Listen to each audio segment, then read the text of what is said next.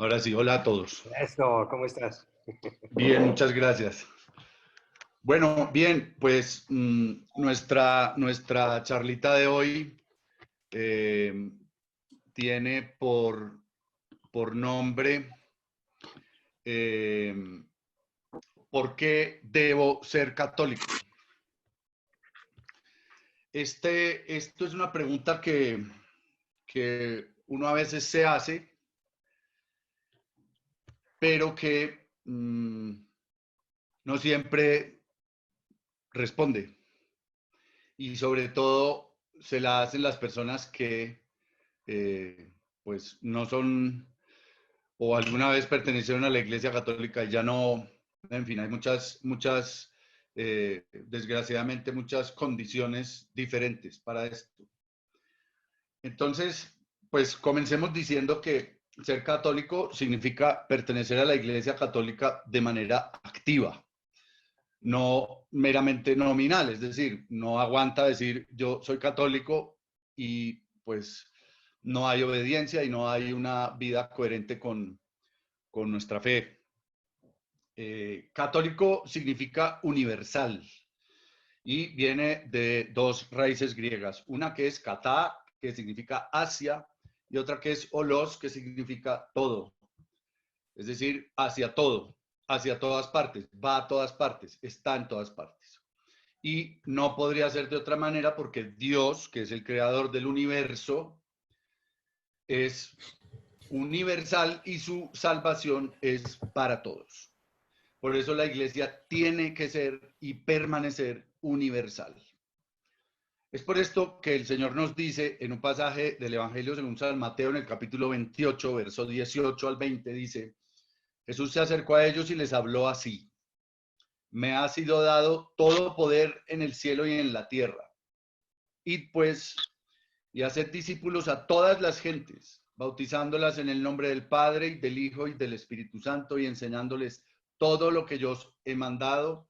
Y he aquí que yo estoy con vosotros todos los días hasta el fin del mundo. Bien, veamos y recordemos esto. Todo poder en el cielo y en la tierra quiere decir en lo material y espiritual. Todas las gentes, todo el mundo. Enseñar todo lo que he mandado. Enseñar lo que nos ha mandado. Eso es importante. Todos los días hasta el fin del mundo estará con nosotros. Entonces, si soy cristiano y creo en estas palabras de Cristo, tengo que ser católico. Tengo que hacer caso de todo lo que me enseña y manda el Señor. También podemos entender este todo como la plenitud de los medios de salvación que tiene la Iglesia Católica. Y como yo quiero salvarme, quiero todo, porque Él lo dio todo. Dio su vida por nosotros. Bien, es por eso que ser católico es ser universal. Y si vamos en coherencia con el todo que nos manda el Señor, debemos ser católicos, debemos pertenecer a la Iglesia universal. La Iglesia comienza con el pueblo que Dios escoge, lo escoge Dios. Este pueblo crece con personas que tienen defectos, muchos. Es un pueblo llamado a ser santo, pero no todos son santos.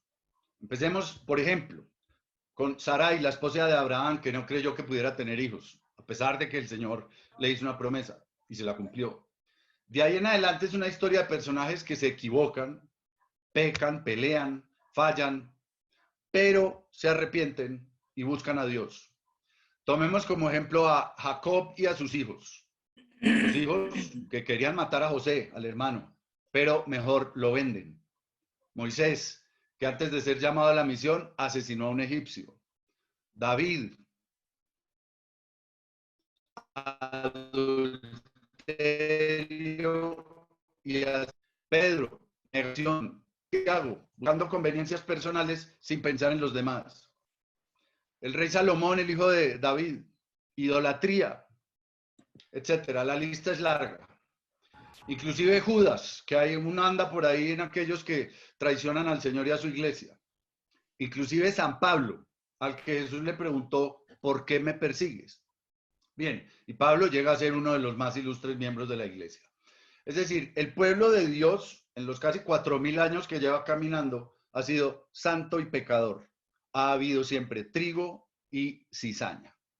Es un pueblo que poco a poco aprende a obedecer. Muchos aprenden, no todos. Pero los que obedecen se salvan. Y desde muy antiguo es así. Y la obediencia, después de pecar, de caer en la tentación, que nos puede pasar a todos, consiste en reconocer el pecado, arrepentirse, confesarse y, como nos enseñó Jesús, acceder al sacramento de sanación que se llama penitencia, reconciliación y que tiene varios pasos.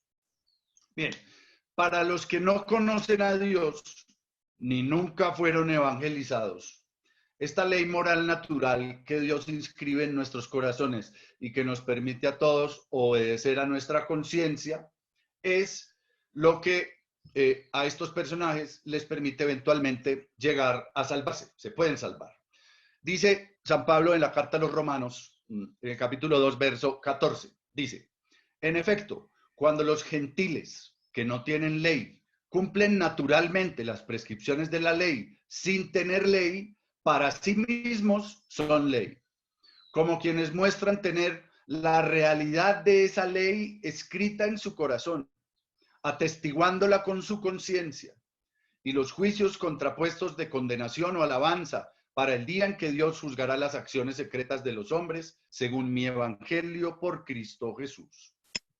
Bien, entonces hay inscrito en nuestro corazón, en nuestra conciencia, que es testigo de lo que vive dentro de nosotros, que es esa ley moral natural. La salvación cristiana es para los que conocemos a Jesús, que es nuestro Salvador, que a pesar de nuestros pecados nos busca siempre con amor infinito y una misericordia inagotable. Bien, pues la Iglesia Católica es ese grupo de personas que conforman pueblos y países enteros y que hoy día tiene alrededor de 1.300 millones entre santos y pecadores, entre trigo y cizaña, y crece aproximadamente a un promedio de 5.3 millones de personas cada año. Con Benedicto XVI eran casi 8 al año y con San Juan Pablo II eran casi 7 al año. No tenemos claro cuántos se van de la iglesia cada año, pero seguramente no son tantos como los que se bautizan. Así que la iglesia crece a pesar de lo que parece. Bien, debo decirles que muchos de esos miembros nuevos de la iglesia vienen de sectas pseudo-cristianas, llamadas protestantes, que, bueno, la verdad, no siempre saben bien contra qué protestan o contra qué protestaron, pero que son personas que en algún momento entienden. Cuando deciden regresar a la casa del Padre, donde está ese todo universal, ese todo católico. Ha habido regresos masivos de sectas luteranas que se hacen bautizar en Roma. Hace un par de años, en el 2018, si no estoy mal, fue un grupo de una iglesia luterana de Suecia, que fue una conversión en masa increíble y se bautizaron en Semana Santa en el Vaticano. Bien, esta iglesia católica fue fundada por Jesús, retomando la idea de las 12 tribus de Israel, y se escogió 12 apóstoles que le ayudaran a edificar el nuevo pueblo de Dios, que ya no era exclusivo para los israelitas, sino para todo aquel que crea en su nombre. De hecho, las lecturas de hoy nos mencionan ese pasaje cuando Pedro explica a sus hermanos por qué la salvación es para todos. Así que, bien, todo aquel que crea en su nombre se salva. Esto lo leemos en Mateo 16, 18 y siguientes. Pero el asunto no es solo de fe, de creer, es sobre todo de obediencia. Es decir, la fe y las obras que nos menciona Santiago en el capítulo 2. Así como Dios actúa, obra. Y también nosotros debemos actuar y obrar. Si Jesús sirvió hasta la muerte, también nosotros tenemos que servir. O no somos católicos. No podemos ser católicos desde el sofá. Por eso cada uno busca servir con los dones que Dios le dio. Lo de la obediencia funciona así más o menos. Si yo pertenezco a una asociación, por ejemplo, como un socio, puedo disfrutar de muchas cosas, tengo muchos beneficios, tengo derechos, pero también tengo deberes. Ahora, en nuestro tiempo actualmente, se habla de los derechos muchas veces absurdos de personas y colectivos que no quieren obedecer más que a sus propios instintos. Entonces, o no obedecen de plano o comienzan a suavizar las normas y a relativizar todo, hasta que ya no saben dónde están los límites. Entonces, con tal de no sufrir, con tal de no cumplir con unas normas que creen que son alienantes, o con tal de imponer sus criterios personales, buscando aprobación de sus desviaciones, pues se empeñan en que todo el mundo tiene que hacer y aprobar lo que ellos hacen. Pero son víctimas de su propio invento. Esto nos lo dice San Pablo en Romanos 1, versos 28 al 32. Dice, y como no tuvieron a bien guardar el verdadero conocimiento de Dios, los entregó Dios a su mente insensata, para que hicieran lo que no conviene, llenos de toda injusticia, perversidad, codicia, maldad, henchidos de envidia, de homicidio, de contienda, de engaño, de malignidad, difamadores, detractores, enemigos de Dios, ultrajadores, altaneros, fanfarrones, ingeniosos para el mal, rebeldes a sus padres, insensatos, desleales, desamorados, despiadados, los cuales, aunque conocedores del veredicto de Dios, que declara dignos de muerte a los que tales cosas practican, no solamente las practican, sino que aprueban a los que las cometen. Esto, cualquier semejanza con la realidad, no es coincidencia. Es la historia que se repite del pecado y la soberbia una y otra vez, que cambia de cara y de ideología cada día, cada día. En cada momento hay ya una nueva tendencia hacia algo que va a pervertir una moral sólida y que va a permitir que, si nuestro espíritu fuera poroso, ¿sí? Que aconseja que se absorban cualquier tipo de distorsiones de la verdad. Bien, es que el demonio también quiere hacer su colectivo, su secta. Entonces, por eso el pecado toma fuerza en estas asociaciones, muchas veces ilustres, ¿no? Apoyan el aborto, la ONU, la UNESCO, por ejemplo. Decíamos lo de la asociación. Tengo derechos adquiridos, soy socio, pero tengo que pagar impuestos, tengo que comprar acciones, tengo que ir a las reuniones de socios, tengo que correr riesgos, tengo que cuidar lo que me dan. Es igual con la iglesia. Lo que pasa es que la afiliación es gratis. Los que critican a la iglesia, al papa, a los curas, a las monjas, que son muchos y muy católicos, se olvidan de que es Cristo el que trabaja. Mejor dicho, el Espíritu Santo, que es el Espíritu de Cristo, que es el que trabaja en nosotros. Porque el Espíritu Santo es Dios en acción. Así que irse de la iglesia o no ir a la iglesia no es coherente con la fe cristiana.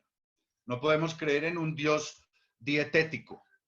Me sirve esto, esto me hace daño, esto me cae mal, esto no lo tomo. O somos o no somos. Dice el Señor en Mateo 12:30, el que no está conmigo, el que no está conmigo está contra mí, y el que no recoge conmigo, desparrama. Bien, en los sacramentos, por ejemplo, no importa si el cura es corrupto, Cristo actúa igual, siempre y cuando el cura sea ordenado en su iglesia. Así como no importa que la enfermera sea ladrona, porque la medicina que administra actúa igual, independientemente de lo que ella sea y haga. Uno no se pone a decir, no, pues mejor no me tomo esta medicina porque las enfermeras no me caen bien, o porque una vez una enfermera le dio eutanasia a un viejito y lo mató, o no supo inyectar a mi hijo y le dejó el brazo hinchado, o cualquier disculpa que generalice todo, como hacen con los curas, por ejemplo. Eso sería ridículo, la verdad. Es por eso entonces que debemos saber que el cura actúa con una condición especial que se llama in persona Christi, en persona de Cristo. Cristo en persona, con su poder instituido por él en Mateo 10:40, que dice, quien a ustedes recibe a mí me recibe y el que me recibe a mí recibe al que me envió. Si no recibimos los enviados por Cristo, no recibimos al Padre. Eso hay que tenerlo claro, ¿no? y en Mateo 28, 18 al 20 que leímos, todo poder me ha sido dado en el cielo y en la tierra. Vayan y bauticen y prediquen y enseñen todo lo que yo he mandado. Son órdenes para siempre. Esto no era mientras se morían los apóstoles. Esto es vigente hoy día. Aquí, queridos amigos, quiero invitarlos a compartir un texto de un personaje muy ilustre de nuestra Iglesia Católica, que es Monseñor Fulton Sheen. Dice así, me voy a tomar unos minutos para leerles esto. Cualquiera puede encontrarse en la mano alguna vez con una moneda falsa, pero no he oído decir que nadie haya deducido de ese hecho que el dinero carezca de valor. Los astrónomos han podido ver manchas en el sol, y no por eso hay quien niegue que el sol alumbre la tierra. En cambio, he oído decir a muchos que hacen resaltar las debilidades y los pecados de algunos católicos. Mira, no te lo cuentan todo. La iglesia es verdaderamente cosa del diablo. Maridos y mujeres cometen recíprocas infidelidades. Algunos hombres políticos católicos son más deshonestos que otros sin religión. Algunos chicos católicos son ladrones. Algunas chicas católicas adoran las divinidades del mundo pagano, a los divos del cinema y del deporte. Ciertos industriales católicos son egoístas, duros y completamente indiferentes a los problemas sociales y a los derechos de los trabajadores. Algunos jefes del socialismo cristiano están más preocupados por mantenerse en sus puestos año tras año por medio de huelgas que de cooperar para una justicia social. Y en el papado hay un Alejandro VI. Aquí un paréntesis y explico quién era Alejandro VI. Era Rodrigo Borja, el Papa Borja, Papa número 214 de la Iglesia Católica, que con prebendas, nepotismos, roscas, chanchullos, crímenes y demás, se enriquece a toda su familia y todo lo asocia a las propiedades de la iglesia, etcétera. De manera que termina víctima de sus propias maquinaciones, porque cuando se acaba su pontificado, muere él, se acaba todo. Bueno, decía, y en el papado hay un Alejandro VI, continúa Monseñor Fulton Sheen. ¿Y qué viene a demostrarnos todo esto? Sino que el Señor se desposó con la humanidad tal como ella es, en lugar de la que quisiéramos que fuese. Nunca ha podido pretenderse que su cuerpo místico, la iglesia, estuviese libre de escándalos cuando Él fue la primera víctima. Jesucristo sirvió de escándalo para los que sabían que era Dios y vieron que lo crucificaban y que pasaba por una derrota aparente en el momento en que sus enemigos lo desafiaban a que probase su divinidad descendiendo de la cruz. Por eso no debe asombrarnos que dijese a sus seguidores que no se escandalicen de él. Si la naturaleza humana de Jesucristo pudo soportar una derrota semejante, física, hasta el punto de servir de escándalo, ¿por qué hemos pensar que su cuerpo místico vaya a estar inmune de escándalos cuando lo formamos nosotros, pobrecitos mortales? Si la naturaleza humana de Jesucristo pudo soportar una derrota semejante, física, hasta el punto de servir de escándalo, Jesús permitió padecer hambre y sed y que la misma muerte se cebara en su cuerpo físico. ¿Cómo pues no iba a consentir que debilidades místicas y morales como son la pérdida de fe, el pecado, las herejías, los cismas, los sacrilegios pudiesen atacar a su cuerpo místico? El que sucedan todas estas cosas no prueba de manera alguna que no sea íntimamente divina la naturaleza de la iglesia, como tampoco negó la crucifixión, que Jesucristo fuera Dios. Si nuestras manos están sucias, no por eso puede decirse que lo esté todo nuestro cuerpo. Los escándalos que se adviertan en el cuerpo místico no pueden destruir su santidad sustancial, más de lo que destruyera la crucifixión, la integridad del cuerpo físico de Cristo. Pongan atención a esto. La profecía del Antiguo Testamento referente al Calvario decía que ni uno solo de sus huesos sería quebrantado. Su carne sería colgada casi como un trapo de púrpura. Las heridas, como mudos y dolorosos agujeros, pregonarían su sufrimiento con la sangre. Las manos y los pies traspasados dejarían salir torrentes de vida y de redención, pero su sustancia, sus huesos, permanecerían intactos. Así sucede con la iglesia. Ni uno solo de sus huesos será quebrantado. La sustancia de su doctrina será siempre pura, a pesar de la debilidad y fragilidad de algunos de sus doctores. La sustancia de su disciplina será siempre justa, a pesar de la rebeldía de algunos de sus discípulos.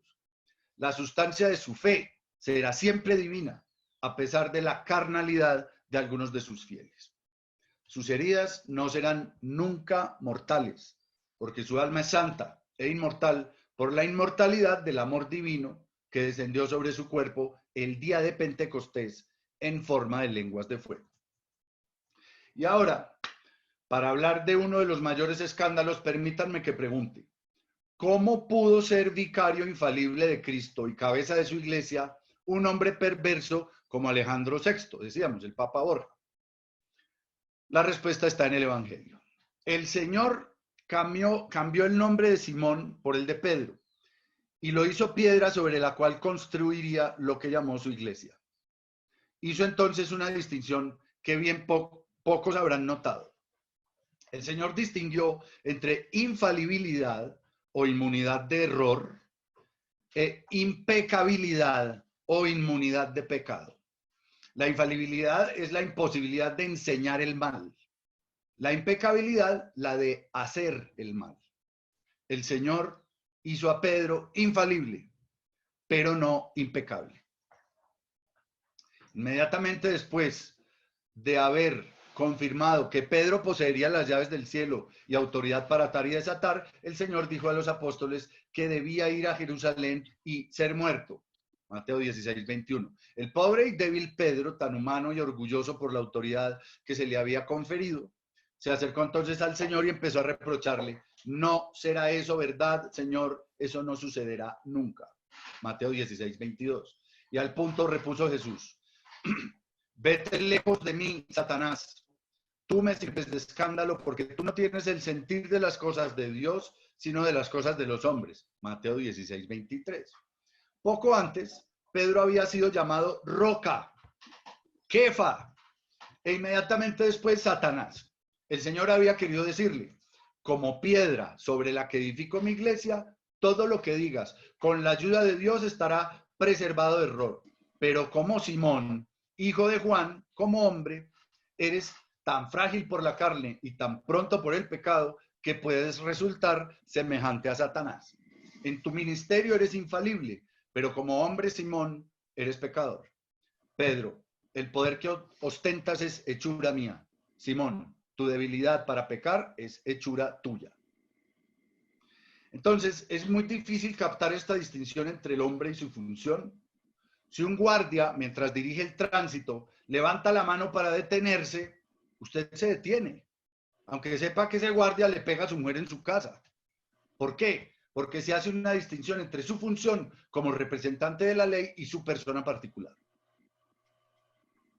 Estoy seguro de que el Señor permitió la caída de Pedro poco después de haberle concedido el don del poder supremo, para recordarle a él y a todos sus sucesores que la infalibilidad sería parte integrante de su cargo, pero que la virtud debería conquistarla con su esfuerzo personal, ayudados por la gracia de Dios.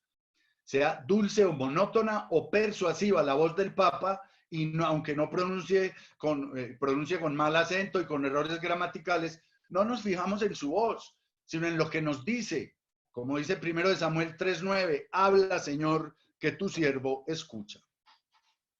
Puede decirse de manera absoluta que quienes conocen todo lo de los pocos sucesores de Pedro, que ha habido malos, ignoran lo de los muchos, que ha habido buenos.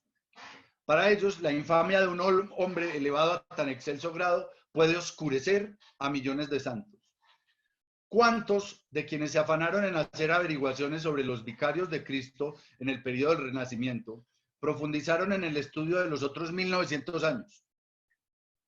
¿Cuántos de los que tanto han aireado a los pocos papas indignos que han admitido que de los 33 primeros sucesores de San Pedro, 30 fueron mártires y 3 enviados al destierro? ¿Cuántos de quienes concentran su atención en el mal ejemplo de unos pocos saben que de los 267, 68 ahora, sucesores de Pedro, 85 fueron canonizados por sus heroicas virtudes y más de 50 fueron elegidos a pesar de sus protestas de indignidad?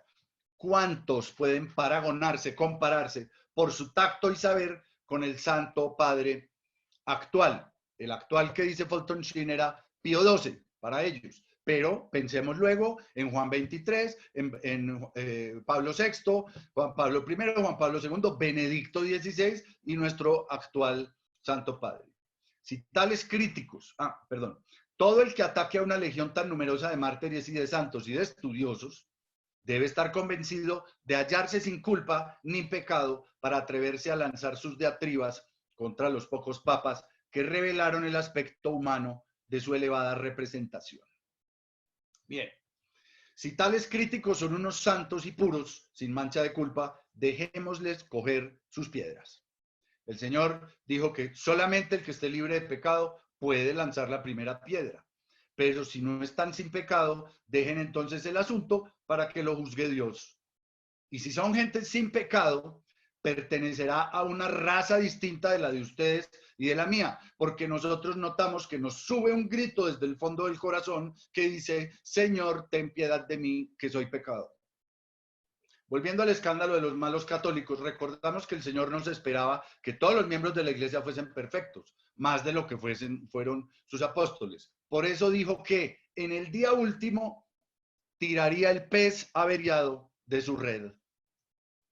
Algunos católicos pueden extraviarse sin que la iglesia quede afectada por ello, como algunos pocos ciudadanos vendidos a espionajes en otro país. Monseñor Fulton Sheen habla de Rusia específicamente. No consiguen hacer pasar por traidores a todos los miembros del país americano, por ejemplo. Nuestra fe acrecienta el sentido de responsabilidad, pero no nos fuerza a obedecer. Aumenta el reproche, pero no impide el pecado. Voy a repetir eso. Nuestra fe acrecienta el sentido de responsabilidad, pero no nos fuerza a obedecer. Aumenta el reproche, pero no impide el pecado.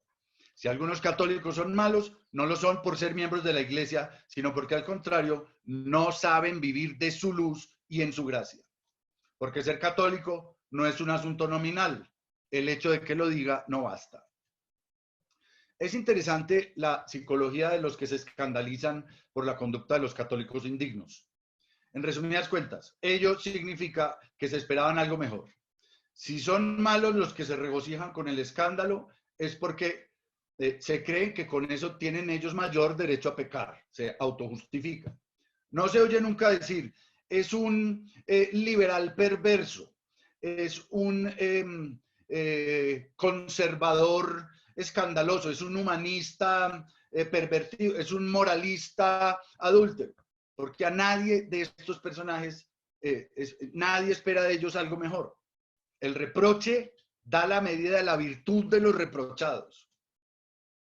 Nosotros les estamos agradecidos por su reconocimiento y de su intolerancia para con nosotros por causa de unas culpas que también saben tolerar en otros. Están convencidos de que no hay esperanza de nueva luz si el sol se oscurece. Ser comunistas es muy fácil intelectualmente y moralmente muy cómodo. En cambio, es áspero y difícil ser intelectual y moralmente católicos, porque ningún ideal es más arduo de alcanzar. Si alguien falta a los deberes que impone el culto al sol, no tiene alturas muy grandes desde las que se puede arrojar. Pero si un católico cae, puede ahondarse más que ningún otro, porque cuanto mayor es la altura de la que uno se tira, tanto mayor es la cantidad de polvo que se levanta. Ninguna flor huele tan mal como el lirio cuando está marchito. Podemos preguntar a quienes cacarean las debilidades de la iglesia qué punto de perfección debe alcanzar la iglesia para que ellos consientan en incorporarse a ella y ser células vitales de la misma. ¿Se dan acaso cuenta de que si fuese tan perfecta como ellos quisieran, no tendrían cabida en ella? Imaginen por un momento que el cuerpo místico de Cristo no tuviese ninguna debilidad moral. Imaginen que nunca hubiese faltado un fraile a sus votos para casarse con una monja y dar comienzo a una nueva religión, como ya sucedió. Aquí voy a hacer un paréntesis, porque esto que dice Monseñor Shin, eso que sucedió, él dice, un fraile que faltó a sus votos para casarse con una monja y dar comienzo a una nueva religión, como ya sucedió. Esto es el protestantismo. Y llama la atención que los protestantes que se creen perfectos y critican los errores de la iglesia, olvidando que nacieron de un cura pervertido, alcohólico, desobediente, con tendencias suicidas, que se ahorcó igual que Judas, nacieron de un error personal de un fraile agustino de la iglesia. Ese es el origen del luteranismo. Un señor que secuestra 11 monjas en unos barriles y se une, no se casa, porque eso no es un matrimonio, con una de ellas, Catalina de Bora. Y de ahí, que ya estaba en el convento, la sacaron por una ventana. Bien, continúa Monseñor Fulton. Imaginen que ningún obispo haya sido nunca un hábil administrador, que ningún cura haya sido nunca deplorable, que ningún fraile haya estado nunca gordo, que jamás se hubiese impacientado una monja con un niño y que la santidad fuese automática, como un cuentakilómetros. Supongan que nadie haya servido de escándalo para los que están separados de la iglesia y que ello haya sido justificación para su manera de vivir. ¿Sería esta la iglesia en que pensaba el Señor si dijo que la cizaña sería cegada juntamente con el trigo y que algunos hijos del reino serían tirados fuera de sus confines? Como leemos en Mateo 13, del 24 al 30. Si la iglesia fuese tan perfecta como exigen los que se escandalizan, su santidad nos condenaría a nosotros que no somos santos. Un ideal demasiado elevado. A veces repele en lugar de atraer. Una iglesia tan santa no podría traernos a unos pobres mortales como nosotros. Podría parecer a las almas que luchan terriblemente puritana, fácil a ponerse tiesa con nuestras debilidades, pronta y dispuesta a evitar hasta el contacto con nuestras manos pecadoras. Entonces debería desvanecerse toda esperanza para el que está en la iniquidad o en el pecado. Pues no, la iglesia compuesta solamente de miembros perfectos sería un obstáculo para el mejoramiento. Y en vez de ser nosotros los escandalizados, sería la iglesia la que se escandalizaría de nosotros, lo que sería muchísimo peor. Si la vida del cuerpo místico fuese una transfiguración triunfal y luminosa en la cumbre de la montaña, alejada de los dolores y de los males de la humanidad, no habría podido ser nunca consoladora de los afligidos y el refugio de los pecadores. La iglesia ha sido llamada, lo mismo que su divino fundador, a ser redentora para librar a los hombres de la sombra del pecado hasta convertirlos en tabernáculos de gracia y santidad.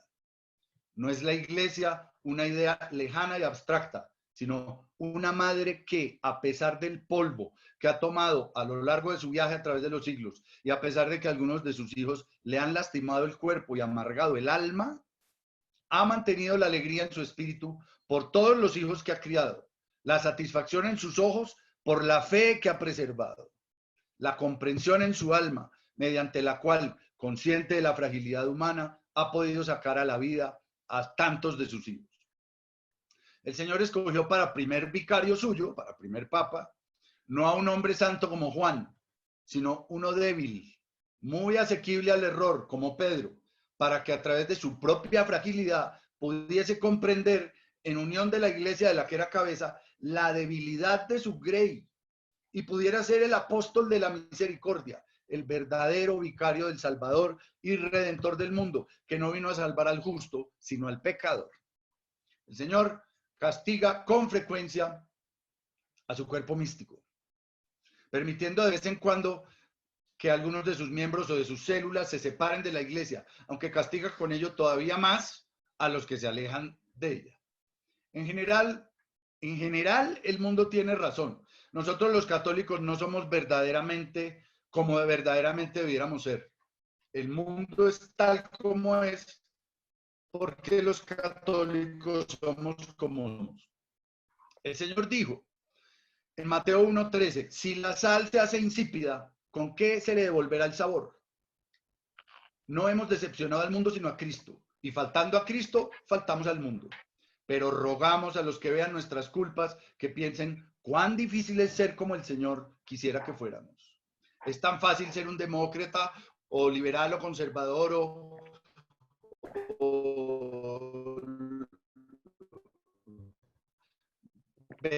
lo que sea, o internacionalista, y es tan faltas, como no juzgarían el arte por los inciertos garabatos de un niño.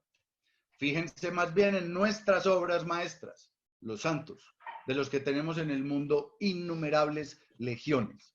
Les hemos dañado con nuestras culpas y les hemos pedido perdón por ello, pero todavía hemos herido más al Señor y debemos hacer cumplida penitencia. Muchos se han escandalizado de nosotros, muchos que serían 1000 veces mejores que nosotros si conocieran la infalible verdad que nos guía y se nutrieran de la misma divina Yo Eucaristía no sé si que nos quieras mango alimenta porque día tras día. no está dulce, Toby.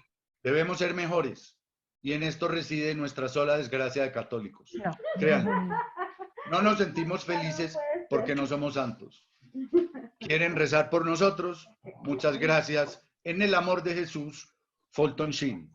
Bien, amigos, este largo mensaje, pero que lo consideré muy importante y muy pertinente, quería compartírselos porque creo que lo que yo pueda decir no se iguala en lo más mínimo a lo que dice Monseñor Sheen. Bien, entonces, como vemos, ser católico exige obediencia, coherencia, compromiso, participación, servicio y amor por nuestra fe. Es decir, cuidar lo que Dios nos dio. Con la ventaja inmensa de que es Pero para no, la ahí no se salvación ve de ella, se nuestras ve almas. un trapero, Por está ejemplo, difícil si de ver. Jesús dice que hay 7 sacramentos y que hay que ¿Quieres usarlos jamón? en determinadas Está circunstancias, buenísimo, esto lo se puede hacemos, comer. obedecemos. Quisiera hacer un paréntesis y pedirle a alguien que, por favor, cierre el En el cuarto. micrófono.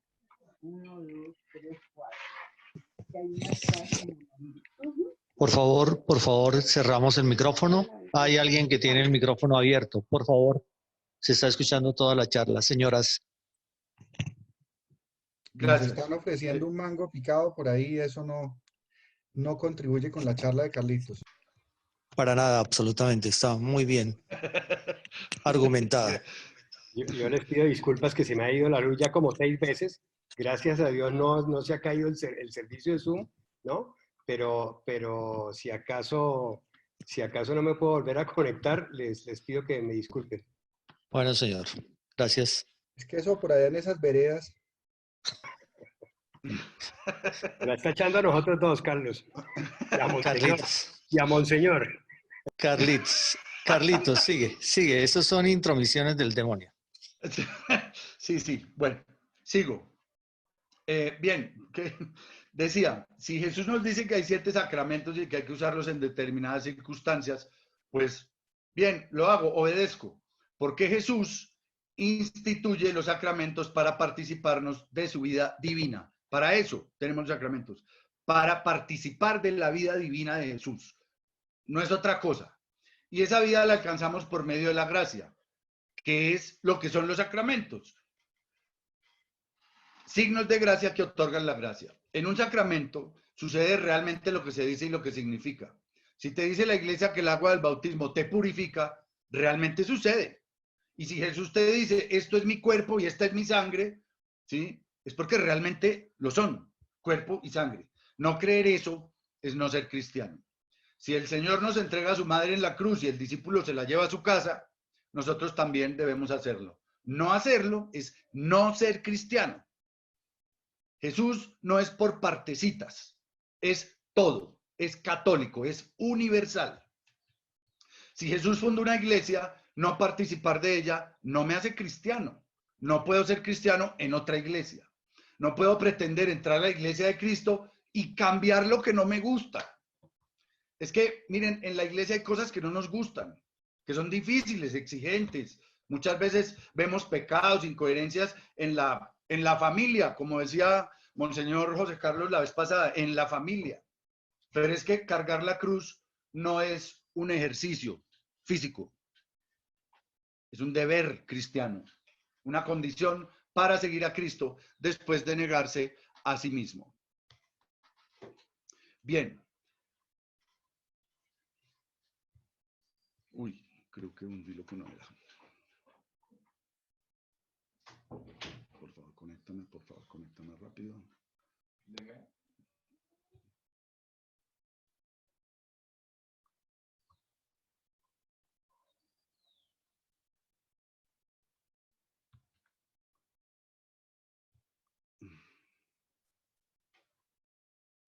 Hola, ¿me oyen? Sí, te oímos, Carlos, te oímos. Ah, perdón, es que tuve acá Sí. presioné una cosa que no era, perdón. Y se te escucha perfecto. Ok, gracias. Bien, sigo. Entonces, decíamos que hay cosas que no nos gustan, pero pertenecer a la iglesia de Cristo, cargar la cruz es un deber cristiano, una condición para seguir a Cristo después de negarnos a nosotros mismos. Marcos 8:34 es, el que me quiera seguir, que se niegue a sí mismo, tome su cruz y me siga. Ya está. De hecho, es bueno que a los católicos nos den tan duro y que se nos critique todo. Porque primero, así nos exigimos más. Y segundo, eso denota que somos importantes. Si no fuera así, a nadie le interesaría ni lo que hacemos, ni decimos, ni cómo actuamos o pensamos. Para nosotros, la verdad no es un concepto filosófico, sino una persona. El camino es una persona, la luz es una persona, la vida es una persona, la puerta es una persona, Cristo. Yo soy la puerta, yo soy la luz, yo soy el camino, yo soy el pan, yo soy la verdad, yo soy la vida. Bien, es Él. Hay gente que se sale de la iglesia, bueno, por alguna mala experiencia con un cura o con una monja, puede ser que ni siquiera la vivió, se la oyó, se la contaron, o se cree lo que se llaman las leyendas negras y que son magnificadas por parte de la prensa pagana, mundana, atea, tibia, pervertida y tendenciosa, que le sirve al demonio y que ni siquiera lo sabe, y que amplifica y grita con todo su amarillismo las equivocaciones de los curas, las monjas y algunos católicos incoherentes que no han entendido nada. Porque muchos no tienen un criterio claro, ni siquiera conocen su iglesia y ya la están dejando. O están dejando entrar cualquier cosa doctrinal, opiniones personales relativistas, por ejemplo, porque la fe puede ser ciega, pero no sorda. De hecho, el Señor dice, el que tenga oídos, que oiga.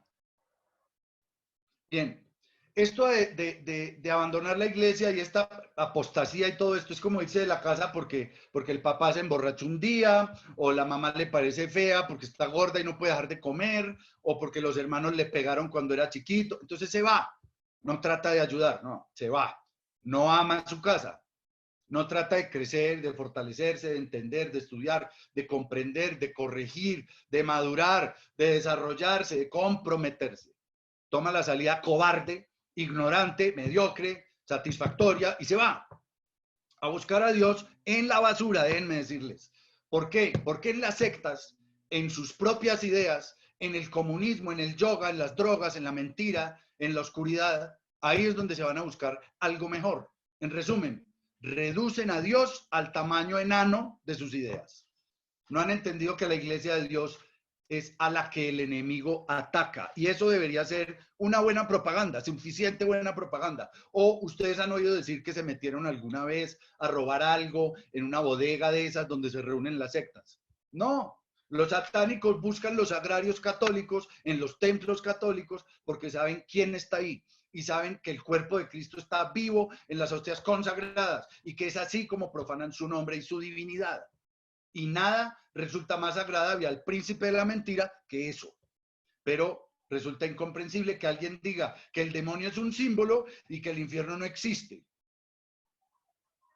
Autoridades que sabemos que lo dicen. Se le podría preguntar a un satánico si cree en un símbolo, que los tienen muchos, pero es que eso no tiene nada que ver con la simbología de las cosas. Pertenecer a la iglesia debe hacerse con un orden. Y ese orden lo dictamina Dios. Antiguamente le habló a su pueblo por medio de los profetas y la ley, y luego por medio de su Hijo Jesucristo. De manera que hay un orden que seguir, y es Dios el que escoge su iglesia.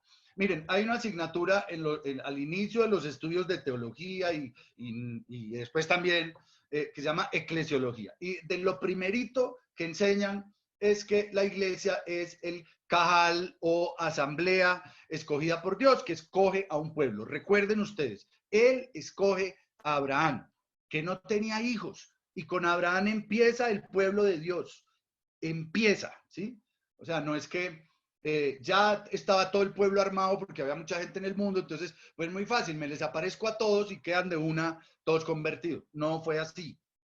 La iglesia comienza paso a paso y es Dios el que escoge. Fue Jesús el que escogió 12, que escogieron a otros tantos, que fueron ordenando, que se fueron evangelizando, y la iglesia fue naciendo. Yo no escojo ni armo la iglesia, la arma Él. Es por eso que las sectas no son iglesias, ¿bien? La iglesia católica nunca va a desaparecer. Esto es una promesa.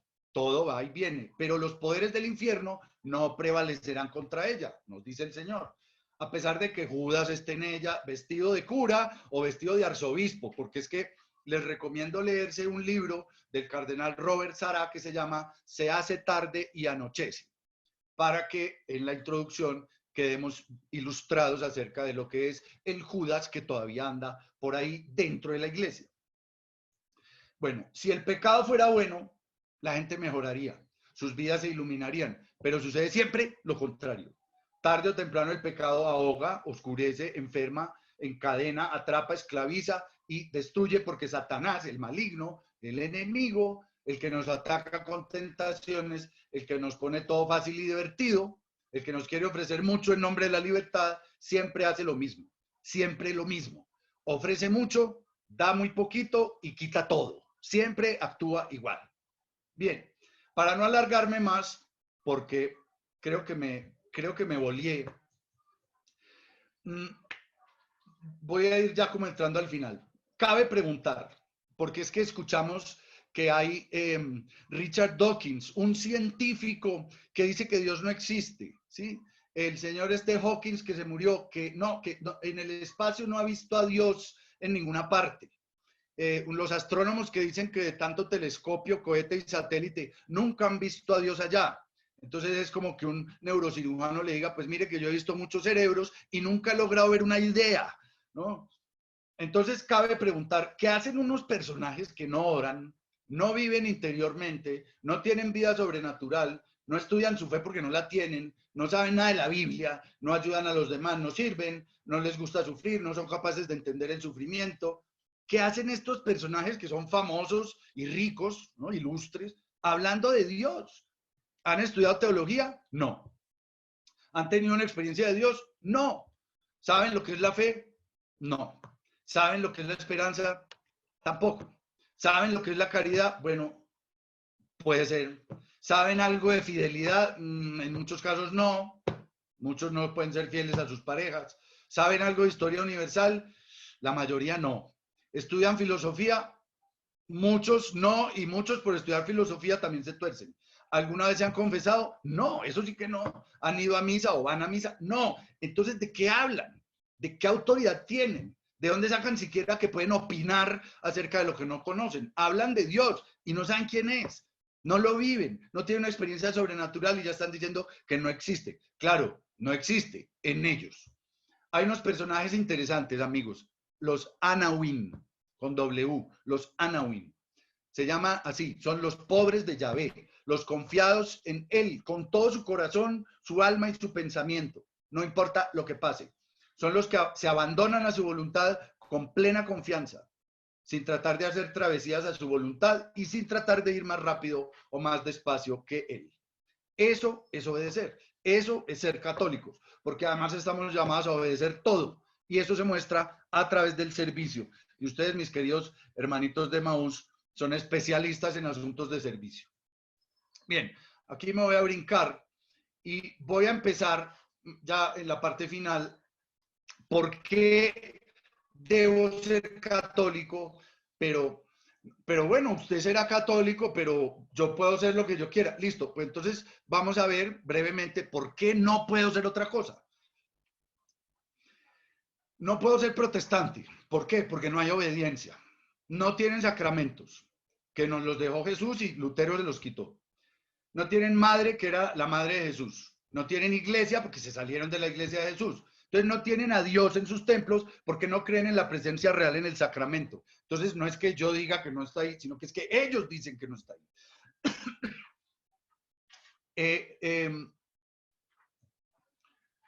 no hay obediencia. En muchos casos no hacen ni ayuno, ni guardan la castidad, ni apoyan los matrimonios homosexuales como los anglicanos, el aborto, como etcétera. No hay obediencia. Y esas son algunas de las virtudes que nos enseñó Jesús. Claro, pero a todos les encanta el cuento de la prosperidad, un Dios de victoria, un Jesús de sanación, un Jesús que ellos declaran que haga milagros cuando ellos le ordenan, en fin, porque les encanta este cuento de la prosperidad de la predestinación, que es un discurso calvinista, el primero que se dividió de Lutero, en fin. Entonces, compran la fe. José Mejía me mandó hace poco un meme que decía cómo tener hijos varones. Entonces, orar antes, durante y después del acto. No sé qué, y consignar $3,000 para agradecerle a Dios todo este rollo. Entonces, se compran la fe. Y se la negocian con Jehová, un personaje que se llama así Jehová, a través de un pastor hambriento de sus propias ovejas. No tiene una relación sincera con la Biblia. Y son falsos pastores y falsas ovejas. Entonces, no puedo ser protestante, que ese es luterano, no puedo ser evangélico, ni pentecostal, ni presbiteriano, ni bautista, ni adventista, ni mormón, ni nada de las 360,000 iglesitas pentecostales, ¿sí? Que decíamos antes, no son iglesias, son colectivos con intenciones de superación personal, se les reconoce, y con unas pretensiones religiosas. Pero es que no hay una obediencia radical. Y si no, obedecen lo que les conviene. Y cada secta obedece algo diferente. Bien, no soy nada de eso porque a pesar de que nos secuestraron el nombre y se autodenominan cristianos, no saben leer la Biblia, porque creen en 3 principios protestantes que los van a confundir siempre. Sola fe, sola escritura y sola gracia. Estamos de acuerdo en lo de la gracia. Pero no tienen unidad, ignoran a propósito la historia, a propósito, esto es imperdonable. Ignoran a propósito pasajes enteros de la Biblia. Yo he visto en alegatos de apologética Biblias que tachan así muy cuidadosamente con una regla, y cuando yo les pregunto, ¿eso por qué está así? Me dice, porque el pastor dijo que eso no había que tenerlo en cuenta. Ok, bien, ya, eso ya me queda claro. Esto es una secta que aquí en Cajicá, metodista, wesleyana. Eso es bien. Salpicón. Bien, no tienen unidad, pervierten con mentiras la historia de la iglesia, como las cruzadas, la Inquisición, el descubrimiento de América, la época de la Ilustración, la época de la esclavitud, que tiene todo un sustrato protestante, todo lo de la esclavitud tiene un origen bautista, la Revolución Francesa, por mencionar solo algunos. Miren, manipulan la historia universal y se contaminan con masonería, brujería, sectarismo, nueva era, tibieza, relativismo, aceptación de sus instintos sin ascesis, sin ayuno de ninguna clase, etcétera. Bueno, dejemos de ahí a los protestantes. No puedo ser ateo porque estoy negando y contradiciendo la evidencia. A ver, el ateo es, muéstreme que Dios existe. Listo, yo demuestro que Dios existe cuando usted me demuestre que no existe. Porque es que es imposible que las cosas existan sin principio, ¿sí? Así como hechizada, pues muevo la nariz y aparece. No es así. Hay otra tendencia que se llama el teísmo, y que esto es de lo más tibio que hay, porque no puedo ser teísta porque, bueno, pues porque es tibio y presenta un Dios que mantiene y gobierna el universo, pero no es personal, ¿no? No tiene religión, no hay una manera de relacionarse con él, y mucho menos iglesia, pues si no existe, entonces ¿a quién va a convocar? Dios, nuestro Dios Yahvé, es una persona que podemos ver. ¿Por qué? Porque es el que es. Yo soy el que soy, dice. Vemos sus obras, vemos a su hijo, vemos su iglesia, vemos sus palabras en la escritura, vemos sus acciones en cada retiro de monjes que hacemos, aunque a veces no nos guste lo que vemos, pero hasta de nosotros mismos hay cosas que no nos gustan. Es que uno tiene que aprender a ponerse de acuerdo con él. Bien, no puedo ser budista, sí, que bien, Buda no dio su vida por nadie, empecemos por ahí, y sobre todo no resucitó, ya de plano. Y después de conocer a Jesús, me doy cuenta de que no me puedo salvar solo, y menos dejando a mi mujer, como hizo el tal Siddhartha Gautama, llamado Buda, ¿no? Lo primero que hizo fue dejar la familia. Además, fue hecho un dios por los que lo seguían. Y el budismo es religión por la ignorancia del pueblo que se dejó tramar por una filosofía de tipo agnóstico. Es decir, que la salvación nos la conseguimos solos. Miren, Cristo murió en la cruz con los brazos abiertos para recibirnos a todos. Buda es representado como un gordito sonriente, con las piernas cruzadas y los dedos cerrados en un circulito, centrado en sí mismo, riéndose de no se sabe qué se está riendo y con un sobrepeso que, bueno, francamente, se delata de lejos la falta de ayuno. No puedo ser adorador selvático de estos pachamama masónicos, tomadores de yagé, porque la tierra no es una persona y yo no creo en lo creado, creo en el creador.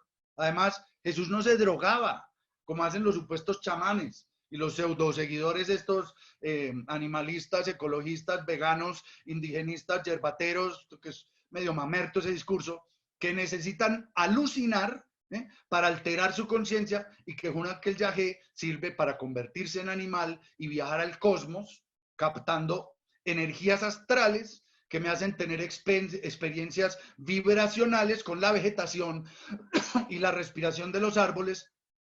Eso sí, después de vomitar hasta las tripas, porque eso debe saber horrible y a todo el mundo le pasa.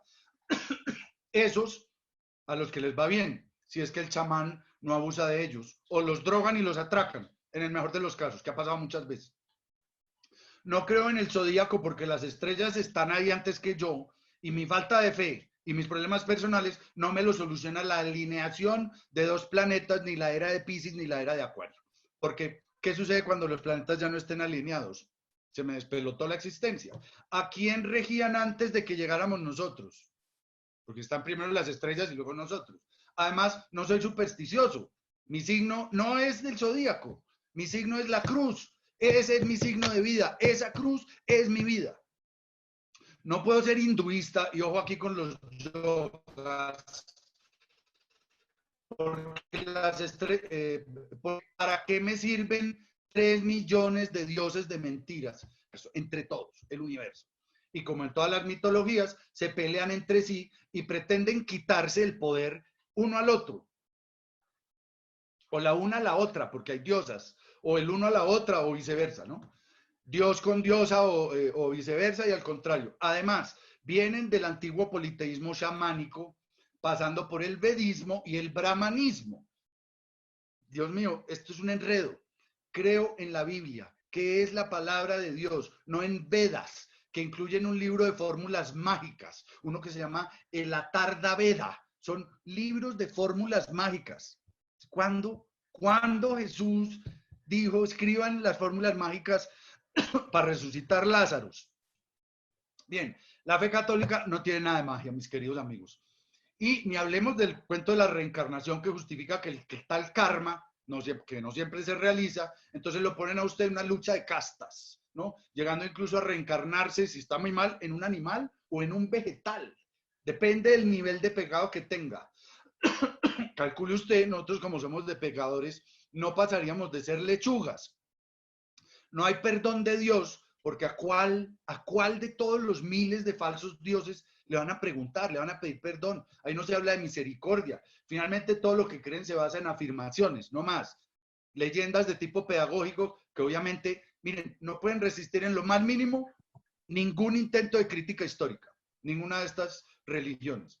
Bien, no puedo hacer yoga, porque entonces debo invocar demonios con cada mantra que tiene cada chakra, porque no puedo interrumpir el flujo de los gusanos de energía que atraviesan mi centro energético en busca de la autoelevación hasta llegar a ser como Dios, si es que mis pecados no terminan haciéndome terminar en bacteria, porque ya vimos lo del retroceso, ¿sí? Eso no lo hago porque no soy Dios y porque el discurso del demonio es precisamente ese, que seamos como dioses.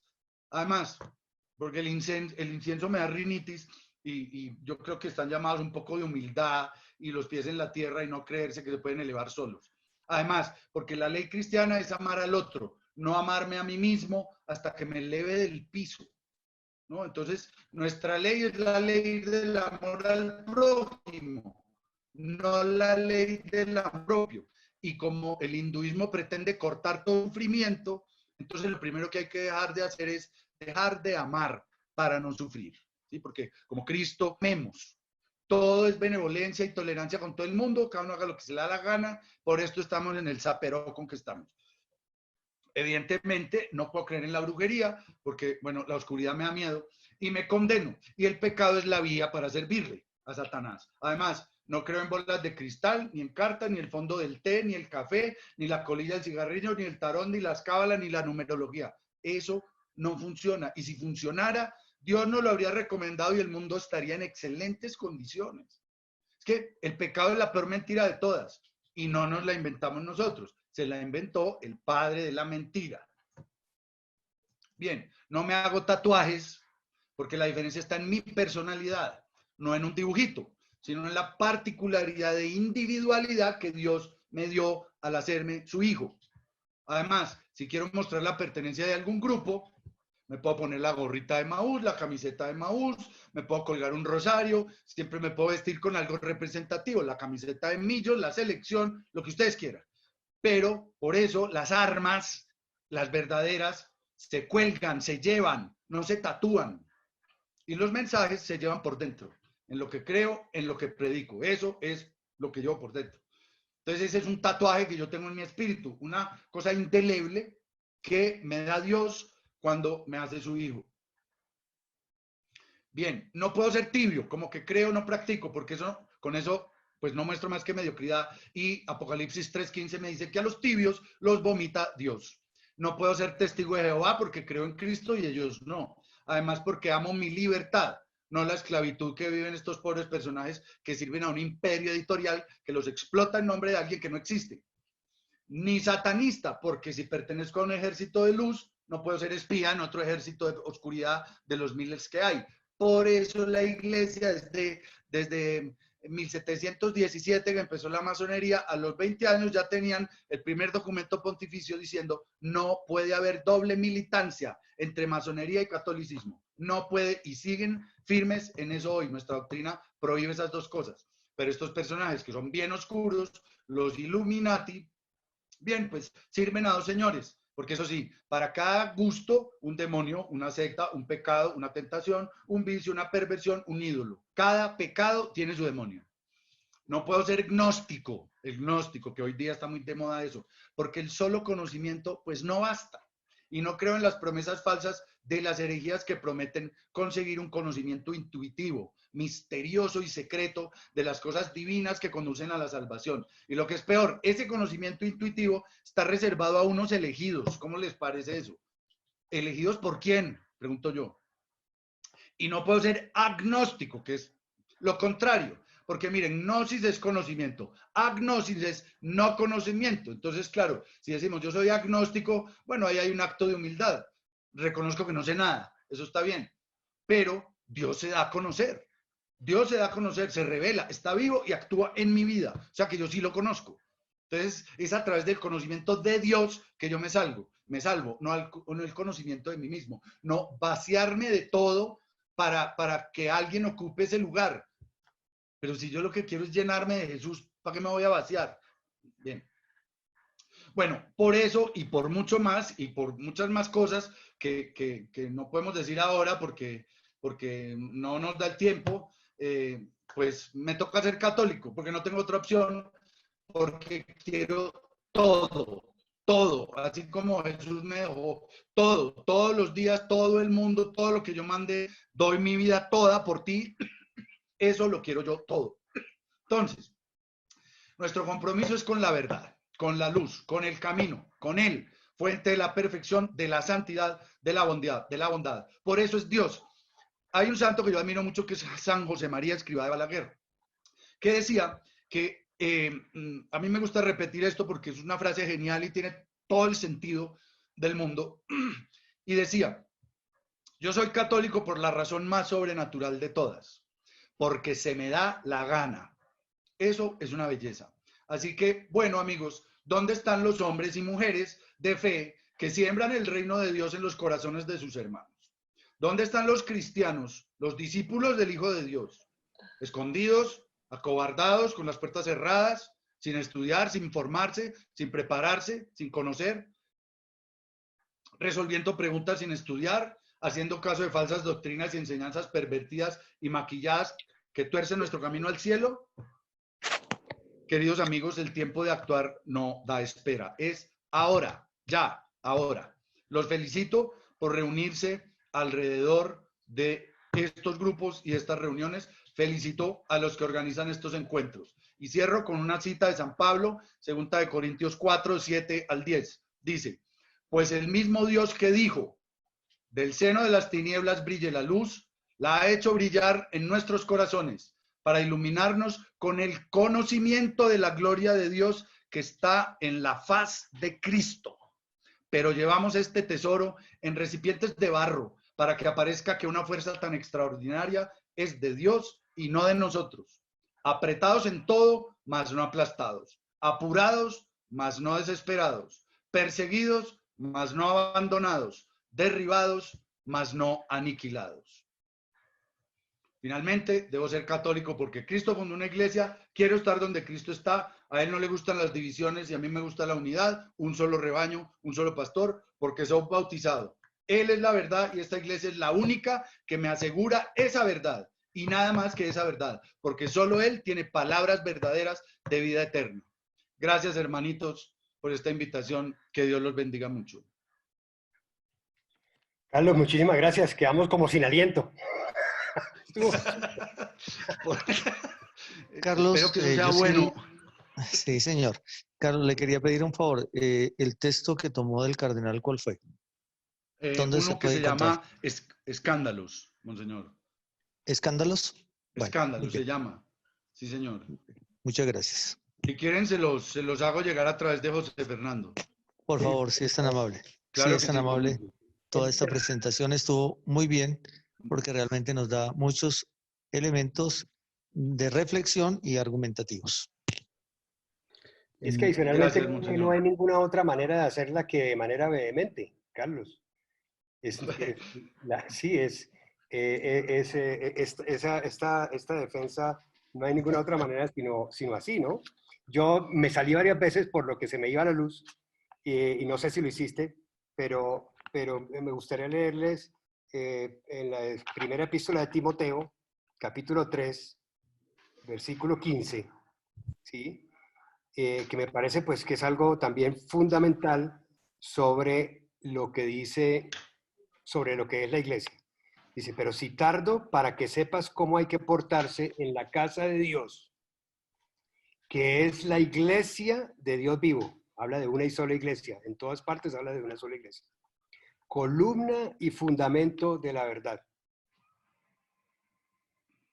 Entonces, Jesucristo nos dice, yo soy el camino, la verdad y la vida, pero esa verdad, ¿cierto? Lo que es la columna y el fundamento de esa verdad está en una sola iglesia, que es la Iglesia Católica.